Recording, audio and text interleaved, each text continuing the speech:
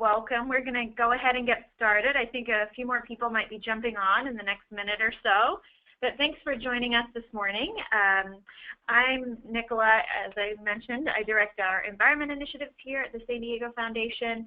And we just wanted to take an hour or so as an opportunity to run through our open grant cycle right now for opening the outdoors and give you a little bit more information, really run through what has been released in the grant guidelines and the application questions.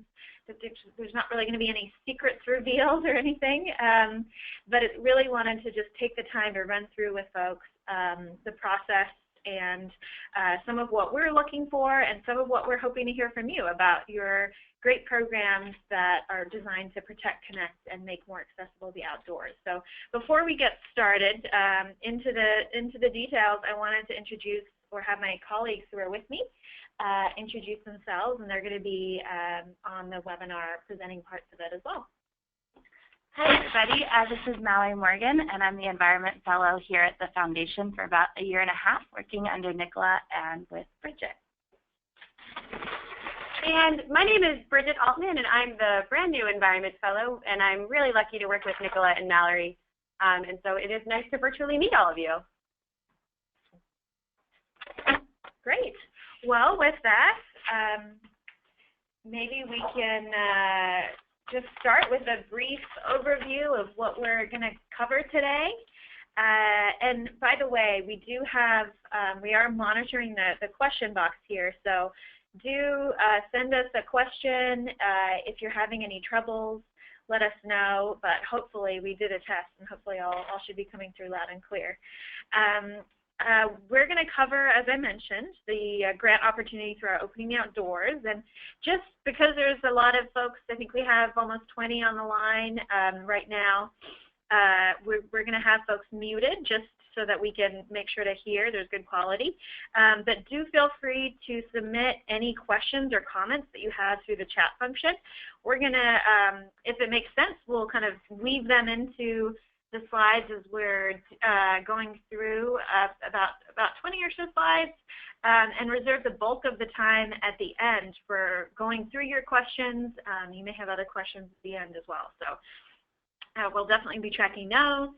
I know in the handout section, I think on your webinar viewer, you should be able to see a couple handouts we have there, including the grant guidelines and the application questions, and then also a link to our Parks for Everyone report, which are all on the website and available, but we wanted to have them easy access there for you too. And we definitely hope that you know, this is not the be-all and end-all way to contact us, so we'll mention at the end our contact info and other ways that you can get a hold of us if you have questions as the process moves forward. And also, we are recording the webinar just so we can send it out and share it with folks afterwards. We'll probably put it up on our website too, just so that we can share it with folks who weren't able to attend at this time. So with that, especially for folks who are somewhat new, maybe this is the first time you've heard about the San Diego Foundation or our Opening the Outdoors program. As a community foundation focused on improving the quality of life of all of San Diego region through effective and responsible philanthropy, we have a number of areas that we are able to pool funds and grant those back out into the community. And we've had a long history of working in the environment space, begun by Dr. Emily Young, who I first came to the foundation to work for, and others who have really helped to craft this with a lot of nonprofit partners over the years. And we've been focused, particularly of late in the last couple of years, on connecting, protecting, and also increasing access throughout San Diego County to the wonderful natural areas and green spaces and the many forms that takes through the rivers and the bays and the canyons and mountains and so many other special places that we have to be proud of in San Diego and that we have yet to build to be proud of. Over the last few years, collectively, our nonprofit partners have worked towards some really ambitious and exciting goals and outcomes, including protecting some 40,000 plus acres of critical habitat leveraging a lot of public and private funding for their work to acquire land or steward or conduct outdoor education, engage more than 20,000 residents involved in that work through outreach or advocacy or environmentally based education programs, or engagement with the nonprofits more broadly, as well as more than 5,000 youth that are from more typically underserved or park poor communities that have the opportunity to really get out and see San Diego's most spectacular spots and engage with nature in a meaningful way. We also have another complementary initiative around climate change, but the focus of today is the opening the outdoors.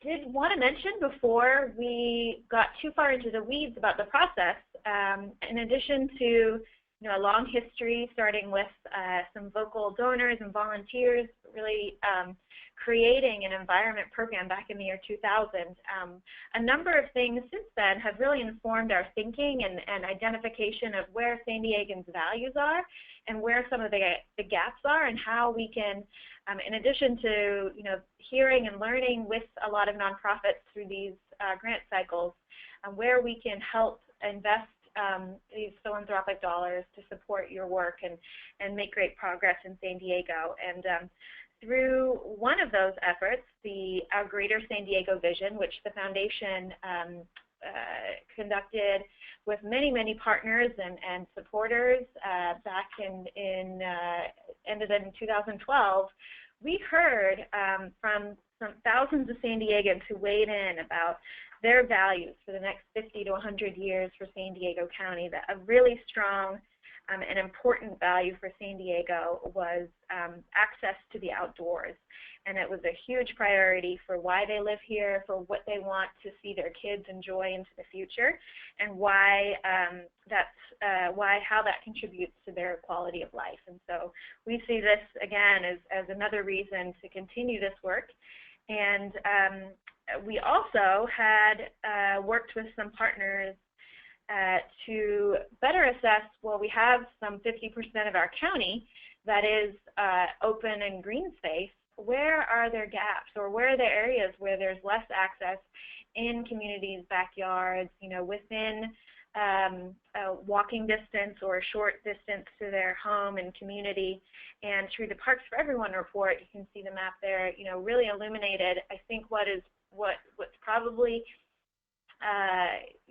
many folks would assume, but it really showed in a visceral way the gaps in some of the areas where we really need to invest in communities, and also to make sure that particularly youth, get to enjoy getting out to some of these special places if they don't have as much access in their backyard. So we do call this out also in our grant guidelines, as we've done in the past couple of years, that we're really hoping that each project can look at how they're particularly able to influence and impact communities that have less access to the outdoors, that have less parks in their community, whether building or growing safer, more access to green space or actual green space and natural amenities in their community, and or helping to connect them to get out and enjoy some of these special places throughout the county. Just want to touch briefly on the generalities of the funding for this program. As with many efforts of any community foundation, we really rely on donors coming together to pool funds and to have an impact by giving together. And so we're delighted that we have seed funding from a foundation, the Satterberg Foundation, who has a partnership with San Diego Grantmakers that has really seed funded this effort for last year, this year, and a future year ahead. And then we do additional fundraising to bring other dollars into the San Diego region, or work with other donors at the foundation to give together. And last year we're able to grant out approximately $400,000, which we anticipate will be the range of grants that we're able to do this year. And so anticipate funding somewhere between 8 to 12 of the kind of strongest partnerships that are proposed, and we'll go further over the budget details, but again, we do ask for projects within a budget range of $25,000 to $50,000, both to balance the fact that we know it takes a lot to put a project together, so that felt like a minimum was important, and a maximum just to make sure that we're able to invest, in a diversity of projects throughout the county. I'm going to pass it over to my colleague Mallory to run through some more of the details about the guidelines and goals this year. Great. Thank you, Nicola. She provided a great overview and landscape and context of our Opening the Outdoors program. So now we're going to dive a little bit deeper into the goals of the program and what we hope that your proposals will speak to. So as we're in our third year of Opening the Outdoors, the goals have really remained the same, and we're really looking to connect, protect, and provide access to the outdoors. So projects should meet 2 or more of the following goals, and these goals can be interpreted in many ways. So first and foremost, connecting and protecting nature. So this could be direct conservation or habitat restoration or even acquisition of key lands. We also want to increase access, as Nicola mentioned, especially in neighborhoods where resources are deficient or there are some park-poor, underserved communities. We'd really like to encourage kids from these communities to engage with the natural environment in many different ways, whether that's through physical or educational activities or a combination of both. So that's where it's important to reference that Parks for Everyone report or other resources out there to understand where the gaps are in the youth of our community and getting them to engage safely with nature. And increasing access could be interpreted maybe by providing transportation. We know that's a huge need in our region, or even making the outdoors more culturally relevant or socially relevant and providing a safe access to their nature space. So maybe they are in areas with natural amenities, but maybe there's safety precautions, and your proposal will seek to break down those social or safety barriers. Finally, we do understand that policy and public process is important for securing these types of resources throughout our neighborhoods, so we are also interested in projects that are working to build community support for relevant public policies or funding. So where there is already great momentum in our communities around this type of work that we can build on, wherever you can speak to whatever community engagement or community effort and support for the project would be beneficial. So it's important to be as specific as possible to each of these relevant goals, and that way reviewers can really see how you're meeting 2 or more of these goals. So to give you an idea of the timeline of the grants process, as you know, the RFP is currently open of 8 weeks, and proposals will be due on March 1st. After that, we'll turn these proposals, the eligible proposals, over to our review committee, which we'll get into eligibility in a minute. But our review committee will then evaluate based on goals and criteria and select a group for site visits or interviews. So this site visits and interviews is the most critical time, so please pay attention to this date range, March 20th to April 3rd, and we ask that you please make sure to block off some times with your partners that we can meet. Depending on the type of project, we're open to either site visit or interview here at our offices or at your offices.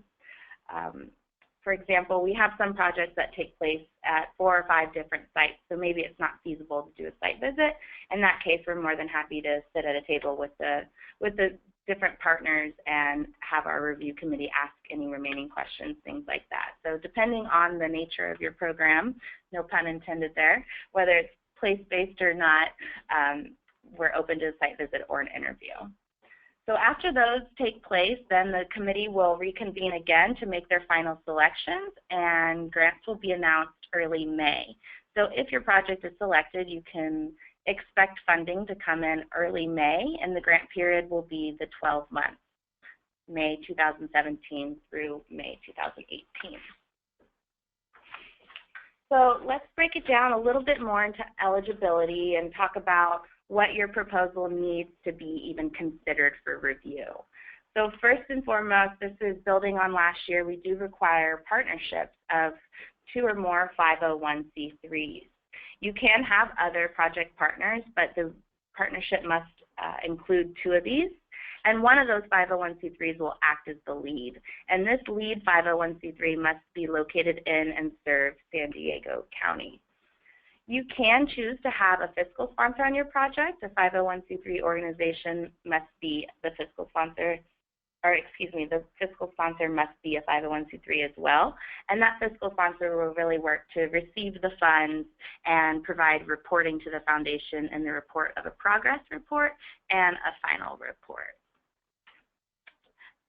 Also, proposals must include letters of confirmation from each partner receiving funding. So letters of support from others are also welcome, but if the group is receiving funding, we'll need a letter of confirmation, which Bridget will touch on that. It's important to note that the lead organization cannot receive more than 80% of funding from this opportunity. So we want to make sure that the partnerships are equitable and they make sense, and we don't want to force partnerships where they're not necessary. So this is why we have an 80% threshold, and Bridget will touch on that again. Please do pay attention to the funding thresholds. The minimum is $25,000 and the maximum is $50,000. Projects that don't meet these eligibility requirements will not be considered. So moving on to the metrics, this is building on what we did last year, and we've kind of added some more metrics to go over, and we're really working to build the picture and the vision of all of the great work that's going on all throughout our county. So not only does this help our review committee understand the impact of each of the projects and see the differences between the different projects, but we're also, as a community foundation, working with other funding partners to really quantify these metrics throughout different grant-making programs and different efforts so that we can really build this metric base throughout our county. So while we provide some examples here, such as volunteers or leverage funding or the number of youth that are getting outside, we do understand that not all projects will not meet all of these criteria. So please just speak to whichever ones you can and understand that we understand that we don't expect you to be able to meet all of these criteria and that they are all project-based. So now we're going to talk a little bit about the review process. So once you've got your proposals in, what happens? So again, mark your calendars, March 1st by noon. Please do recognize that 12 o'clock deadline. And then we'll very shortly turn the proposals over to our volunteer review committee. This committee is made up of about 8 to 10 volunteers, and as with all of our discretionary grant making, the San Diego Foundation relies on these carefully selected volunteers to guide us and help us make our decisions of proposals and impacts throughout our county. They come from a variety of expertise and backgrounds and cultures and perspectives. We work really hard assembling this review committee to make sure that our final group of proposals are selected in an equitable, strategic, and impactful way. Proposals are evaluated on the following merits. So first, of course, you must meet the eligibility requirements that we just went over and contribute to 2 or more of the following goals, that we went over. Again, projects must represent 2 or more partnerships and serve a high-need, low-income, or poor population as highlighted either in the Parks for Everyone report or other report that you see fit. Reviewers are also looking to make sure that projects are outcome-focused and will have a lasting and positive impact in our community. So that's where these metrics really come to life and can be very helpful. So please be as descriptive as possible with quantitative metrics that you're tracking success and evaluation of your program.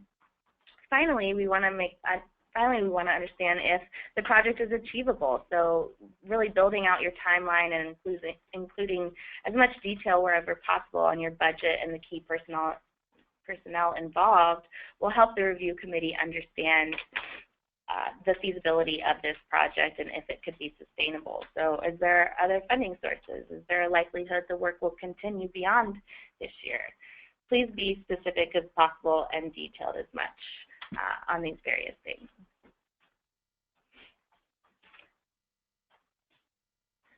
Finally, we conduct site visits and interviews for finalists and let them ask any remaining questions, and grants will be announced in early May. So now I'm going to pass it over to Bridget to give you a little bit more guidance on submitting your proposals, and good luck to all of you. All right, guys. So this is the screen that you will see when you go to start your application. And all applications will be submitted using an online software called SmarterSelect. The entire application and all associated attachments and documents are located within this program on SmarterSelect. Once you get to this page, create an account or log into an existing account. If you applied for this grant last year, you can still use the same account. And note that other grant programs at the foundation also use this platform, and you can use these login credentials if you plan on applying for other grant programs through other departments here. If you're having trouble navigating the software, please feel free to contact myself or Mallory. Our contact information, again, is at the end of the webinar and on our website. So, like Mallory mentioned, you'll need to include letters of confirmation from all partners that are receiving funding. Any letters of support from additional partners are welcomed but are not required. SmarterSelect will only let you upload one document per question, so you must merge all of your confirmation letters and letters of support together into one PDF. Otherwise, we will only receive the last one that you uploaded, and your application will be ineligible. So keep in mind that we have a firm application close date of March 1st at noon.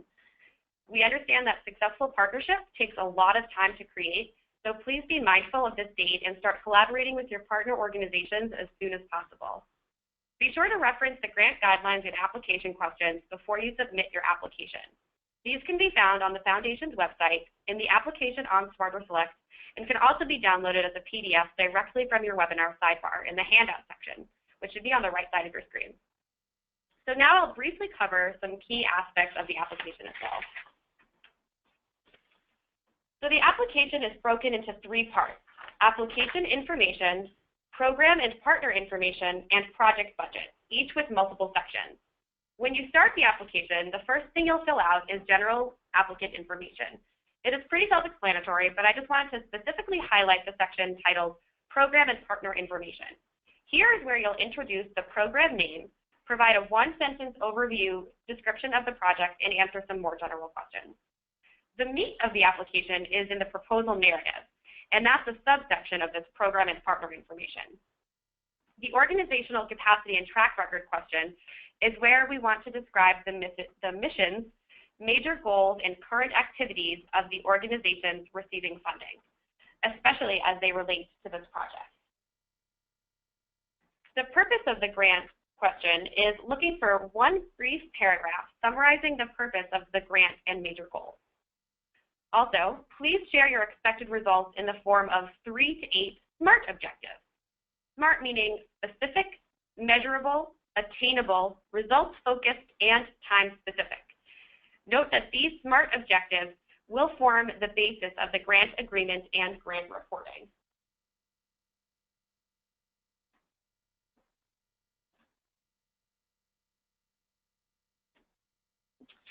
So for the alignment with the Opening the Outdoors question, you'll select from a drop-down menu which specific Opening the Outdoors goals your project is addressing.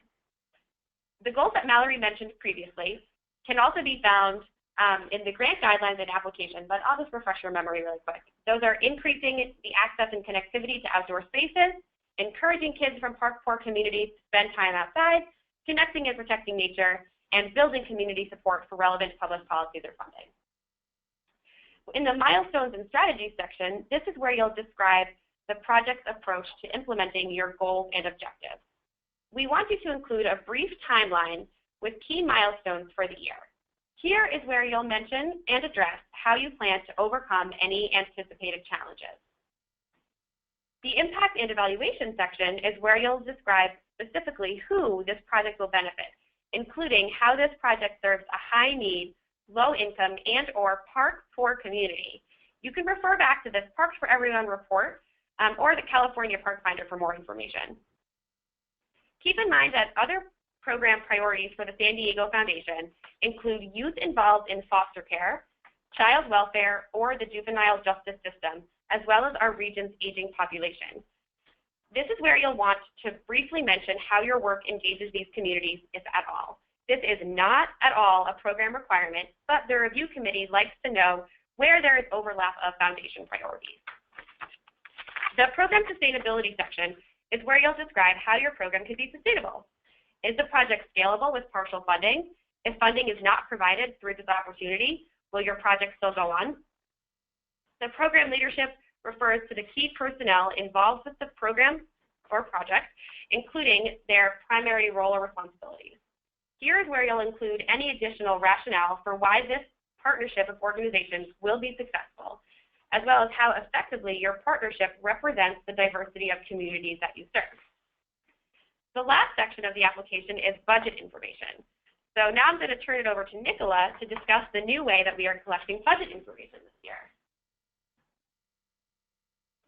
Thanks, Bridget. I know that's a lot of information, but again, you know, all of this is in our grant guidelines and is very much followed the process and types of questions that we've asked in the past. So hopefully nothing too new here. I know there's been a few new tweaks. One thing was we just wanted to update a little bit, provide a little bit more formula or template for the budget this year. We know that because we are asking for partnerships to apply, that it can be a little challenging to demonstrate that in the budget. So we took some of the best practices from last year and hoped that through the template that we provided, that this is fairly clear, and we have an example as well in our application questions, and one up on the screen right now for you to check out. Through the Smarter Select application itself, last year we had folks enter in each line item separately, but this year we have a link to a template, and then you can copy that template and then insert in here your specific budget. And so the template looks as this example budget shows, with revenue and expenses. You know, we do love to see where in the revenue section other income or other grants or donations or other fee-for-service type projects that you have underway might be supporting the project. So we've asked for source, amount requested, and also, if you can, just a brief status of the funding, just so we can get a sense of what's in hand or what's pending or what's based on or what's in the pipeline that you'll be working on. And then with anticipated expenses, I really hope that you can break down here in a way that makes sense for your project. And we've just got examples here in terms of staff time, which we understand is often the bulk of most grant requests. So, you know, it's really great to make sure you demonstrate the staff time. In particular, often the partnerships are demonstrated in that we're able to support staff time at 2 or more organizations. So please be clear about which organization and which, you know, is receiving funding for staff time. And then beyond that, you know, you'll break down your itemized expenses as makes sense for your project and as much as you can. And where you can, also demonstrate or mention which organization. We've got org A, B, or C here, just so that we can better understand kind of how the funds will be managed.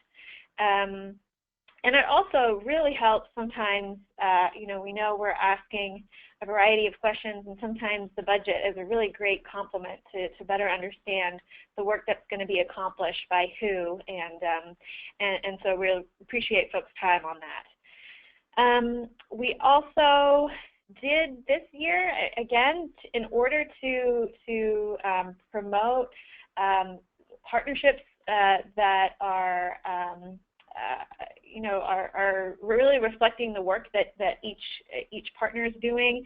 We did put a specific limit in there this year that the lead applicant could apply for no more than 80% of the funding. That's really just because we understand that these do take time, and we really just want to make sure that there's you know, bigger groups maybe working with smaller groups, or that there's you know, we're really giving the partnership aspect of this a good investment as well. I think that's about it for the budget, but if you do have any other questions, let us know. We did put here, just really quickly, some of the lead applicants from the partnerships last year. We do have a list of those groups that applied, that were awarded grants last year. So if you are somewhat new to this, or you're thinking about, how might I craft a project that fits, you're welcome to check these out on our website for some inspiration. We did want to go over here at the end. I know we've got some great questions rolling in. A couple of them we've been able to answer, but I'm going to answer a number of them verbally. Please do keep your questions rolling in. It's okay. We'll also go through some of the frequently asked questions that we've seen here, which is one we want to start with was, what qualifies or determines a partnership? As Mallory mentioned, really the intent of this work, or this kind of requirement, is we've realized over the years that so much of this work is happening through partnerships. We'd often get calls and questions from folks, well, I'm working on this application, is it going to count against me if I provide support over here, and can I get involved in this one too?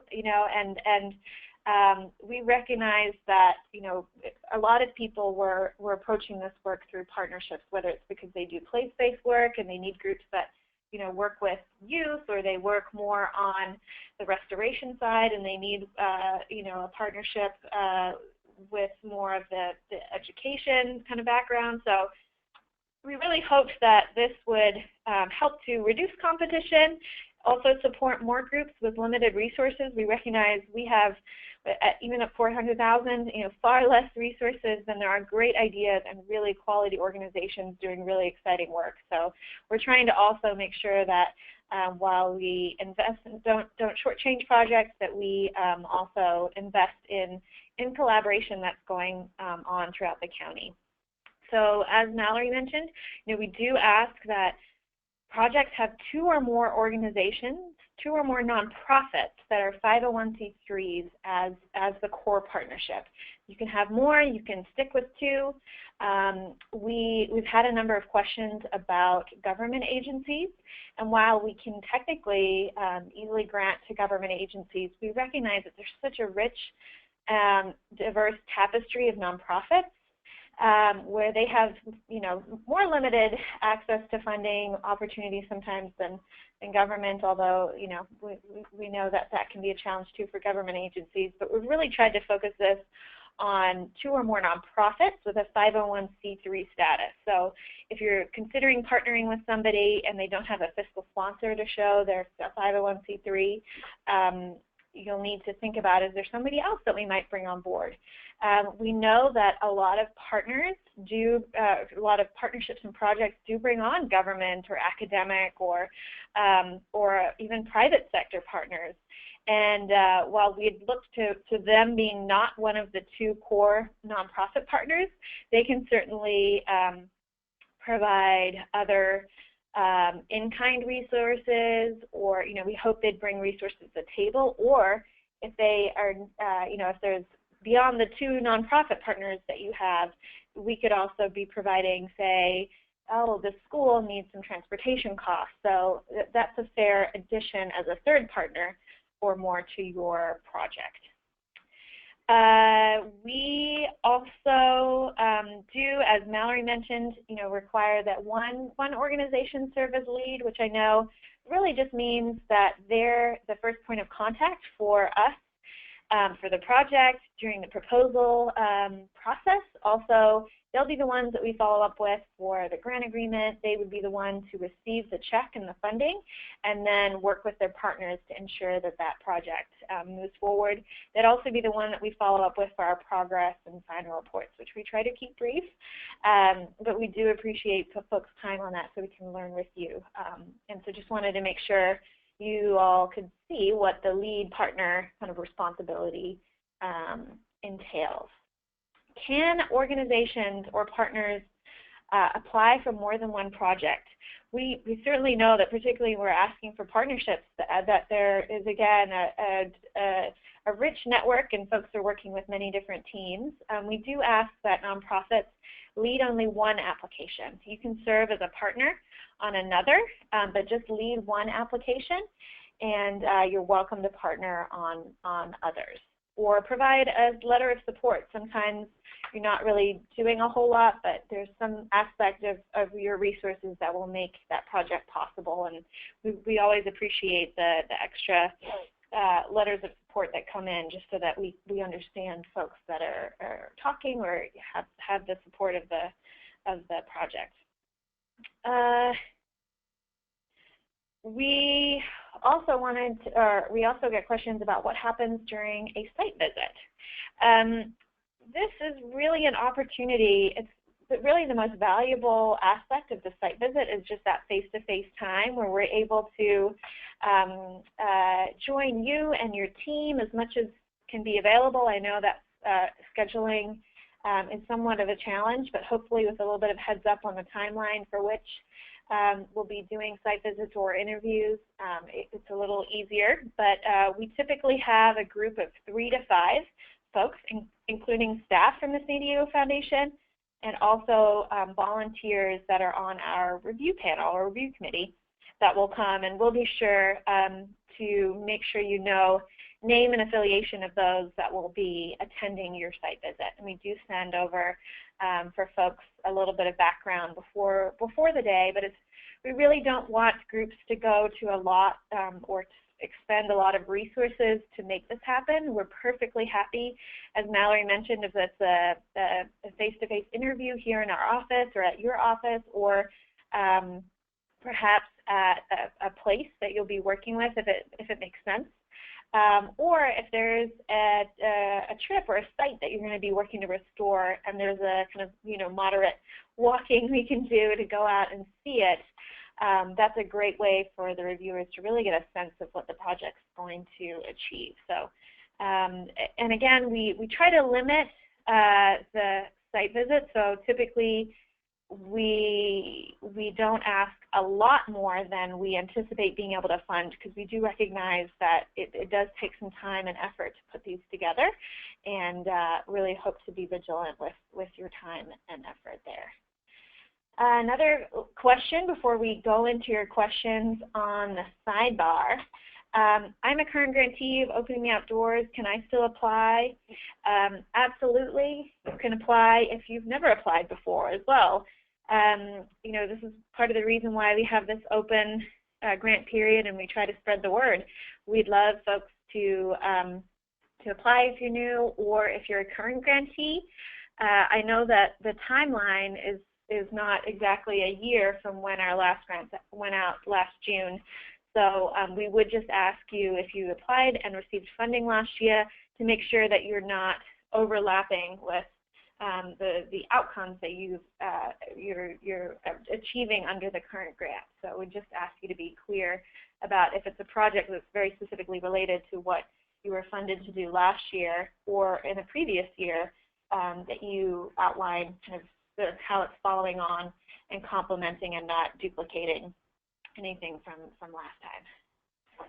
So with that, I know we've had a few questions coming in, and Mallory and I might tag team a little bit here to go through some of those. Sure. We have a question regarding the share and percentage of funding. So is the lead applicant's 80% of funding the San Diego Foundation's request, or the total project funding? And that 80% would be of your request to us.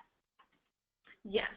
So the 80% threshold exactly would be the budget that is associated with the request to the foundation. Mm-hmm.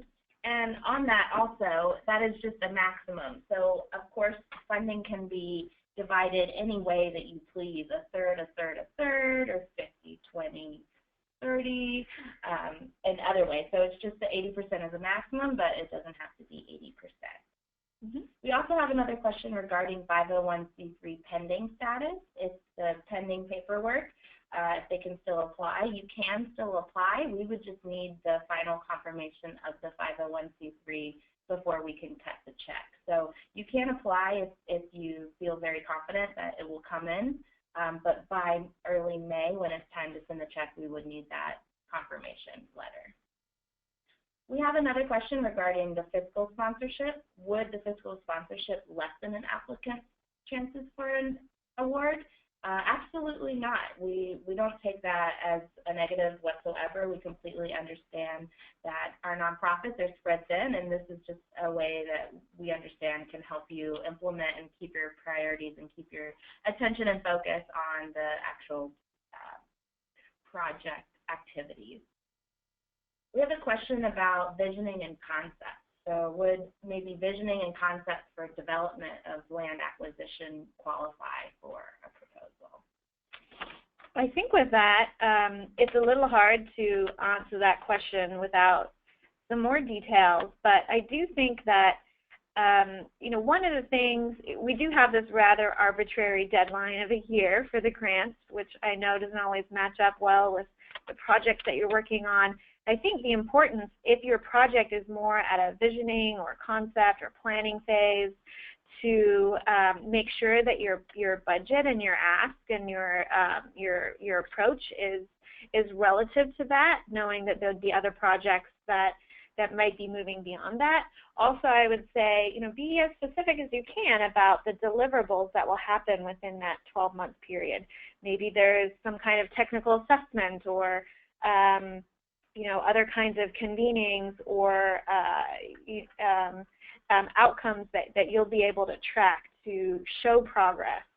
I know one thing, we know that folks working on many of these issues, sometimes it requires permitting from government or relies on sellers or other parties to come in and help collaborate. So we do definitely want folks to be cognizant of certain challenges that you might face. What are certain things that are outside of your control, just so we can be realistic with you about the kind of project that you might apply for, and hopefully, we don't want to set you up for failure or feel like you have to apply for the kitchen sink when in reality it's much more dependent on many of these things. So that's definitely something that we take into consideration, and we'll make sure that the reviewers definitely weigh.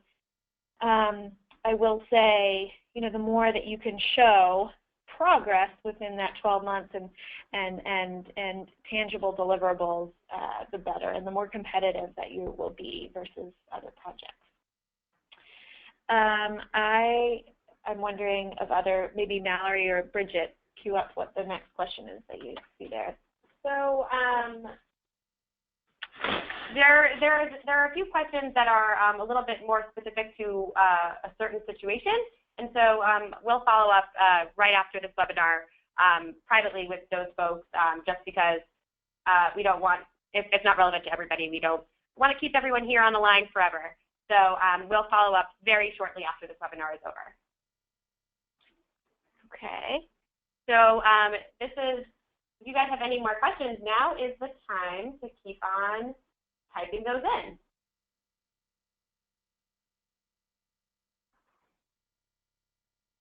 We're just scanning the questions here to see if there's any others that we might have missed, but otherwise it looks like we've run through a lot of the projects that are, or questions that are related to folks.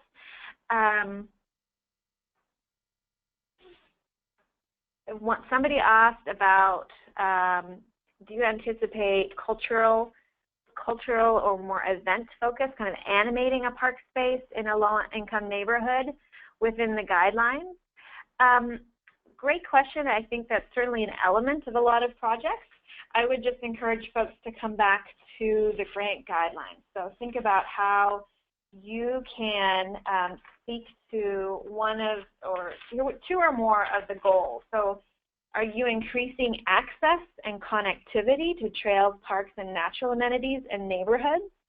Are you building support for relevant public policies or funding to better connect, protect, or increase access to the outdoors? Are you encouraging kids from park poor communities to safely engage with the natural environment? I think doing an event in a park may work, it may not, depending on the nature of the event, the programming. If it's not connected to the outdoors or connected to increasing access or people's awareness or you know, the quality of the amenity or expanding the amenity, it would not be as competitive as other applications. Other questions here. Chime in, Bridget or Mallory, if you see one that we have not answered yet, but I think we've gone through a lot of these. We have another 15 minutes or so. We can hang out here on the line. If you feel like your question is not specific, as we've mentioned, there are a couple there that are very project specific that we'll get back to you. But if you feel like we didn't answer your project, feel free to submit it, or submit your question again. But otherwise, as we're just waiting here to see if any other questions come in, we did just want to make sure to reiterate that we are all here to answer your questions. Maybe we can just go to the next couple of slides really quickly in case other questions are coming in. We do have some office hours here, which you'll follow up with Bridget on. Yep, but really quickly, somebody just asked when the recording will become available, and that will become available within the next day or so, 48 hours, I would say, and that's going to be available on our website. And so I will send out an email with a link to that once that is available. I would say give us till Monday. Yep, Monday might be more realistic. Just in case. I know we have to work with our communications team. And so, regarding the follow-up questions, I will follow up with an email right shortly hereafter. If you would like to schedule some office hours, but for any more concerns or questions that we didn't answer, you can certainly register for office hours. These can be virtual, or you can come in and meet with us in person. Note that you'll sign up for an individual half-hour time period. To sign up, you'll just email me at bridgeta@sdfoundation.org. My email is on this slide and also on the next slide. So also be sure to sign up for our newsletter on the website to keep up with current or future grant opportunities. So now I'll turn it back over to Nicola to conclude the webinar. So with that, we did also just want to put a quick plug in here. We have a partner that's funded through another donor at the foundation to create a regional park finder, and really with the idea that we have so many wonderful green spaces in San Diego County. In fact, more than 1,100, which is pretty outstanding. But and many of them are managed or housed with different entities, different local governments throughout the county. And so there was an effort underfoot to really try to drive more access to those parks and green spaces through a better online platform to search for a park or a green space near you. And so the lead of that project, Green Info Network, is in the midst of that project, and they may be reaching out to some of you for input or questions. This website link that you see there is not live yet, but you can see here a little bit of what they're anticipating, and I think it'll be a pretty neat tool, hopefully, to search by park or zip code or activity that you could do in the outdoors. It's very much they are very much in beta phase, and if you're particularly interested in it, do let us know, and we'd be happy to connect you with them. And otherwise, we'll stay on a couple more minutes here just to answer any other questions that you think of. But we do want to conclude the formal program here so folks can get on with their day. And just want to reiterate with our contact information here for any one of us today. And do feel free to follow up with us through the office hours or contact information here. We certainly hope that we're able to provide some structure and scaffolding to the proposal process, but we really try not to make it too onerous and have some short text limits to questions so that you can really focus on the important work that you do. Again, we're really excited to hear more about your projects and to hopefully see how we can partner with you and make more of this work possible throughout the San Diego region. I know that you're often steeped in trying to find funds from many different sources, or other fee-for-service for your work, or other individual donations, and this can be one piece of the pie. But we certainly are excited and hope that we can learn more about your projects during the application process. And I think with that we'll conclude, unless we'll stay here just online quietly, and if any more questions come in for the next 5 minutes or so. And otherwise, thanks very much. Thank you. Thank you.